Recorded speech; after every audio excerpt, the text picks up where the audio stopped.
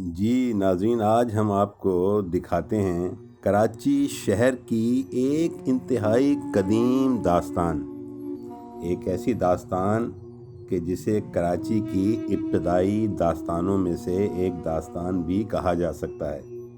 یہ داستان گلبائی چوک کی قدیم قبروں سے متعلق ہیں جو گلبائی چوک کے بیچ میں واقع ہیں۔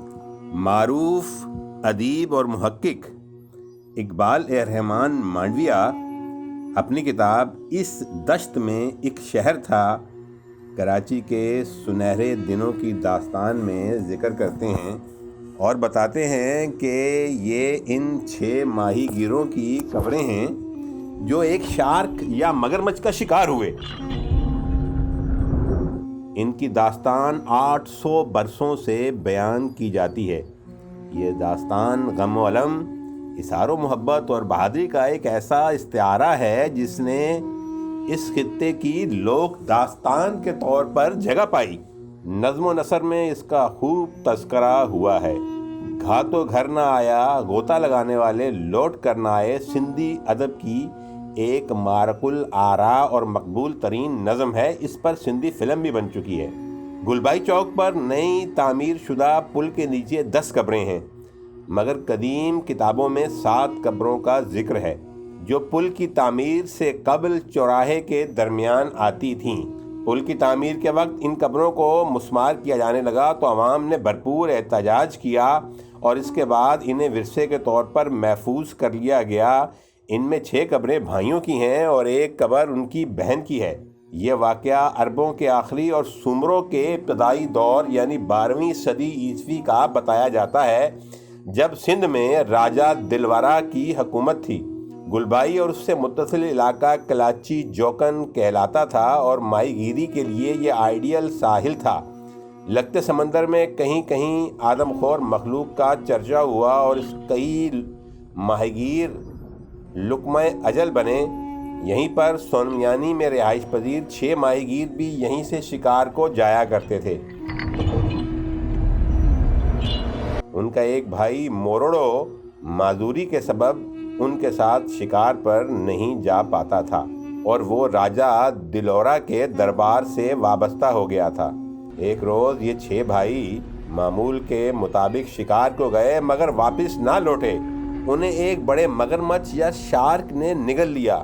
جب 2 دن گزر گئے تو معذور بھائی کا غم غصے میں تبدیل ہو گیا اور اس نے راجہ سے درخواست کی اور ایک نوکیلی سلاخوں والا پنجرا تیار کروایا اور اس پنجرے میں بیٹھ کر سمندر میں اتر گیا۔ شارک نے جب یوں اپنی خوراک کو سمندر کی تہہ میں اترتے دیکھا تو اس کی جانب لپکی اور آن کی آن میں اپنے حلق میں نوکیلے سلاخ پھنسوا بیٹھی۔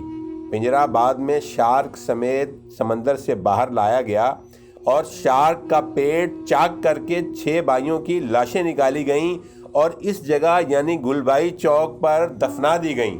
بھائی کیا گئے موروڑو کے لیے یہ دکھ زندگی بھر کا روگ بن گیا۔ اس کا دل بھر آتا تھا، تنہائی اسے کاٹ کھانے کو دوڑتی تھی۔ موروڑو نے اپنی زندگی کے بقیہ ایام انہی قبروں پر لگے ہوئے درختوں کے سائے تلے بتا دیے۔ یہ کہانی سچی ہے یا محض حکایت؟ اس کی صحت کے بارے میں مختلف افراد مختلف رائے رکھتے ہیں۔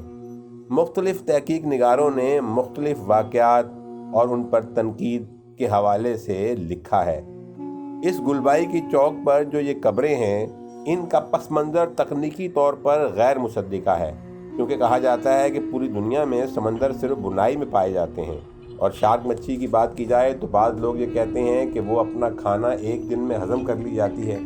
غرض کے کئی دلائل دیے جاتے ہیں، لیکن بہرحال یہ جو داستان ہم نے آپ کو سنائی اس کے مطابق موروڑو کے 6 بھائیوں کو کچھوے یا مگرمچھ نے نگل لیا تھا اور موروڑو نے بہادری سے معذور ہونے کے باوجود اس مگرمچھ کو ہلاک کر کے اس کے پیٹ سے اپنے بھائیوں کی لاشیں نکالیں اور وہ لاشیں یہاں گلبائی چوک میں دفن کی گئیں اور اس کے بعد موروڑو کا بھی انتقال ہوا، اسے بھی یہیں دفن کیا گیا۔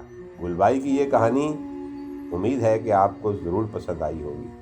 اپنی پسند سے ظاہر کیجیے گا انشاءاللہ آئندہ بھی قدیم تاریخی کہانیوں کو آپ کی خدمت میں پیش کیا جاتا رہے گا۔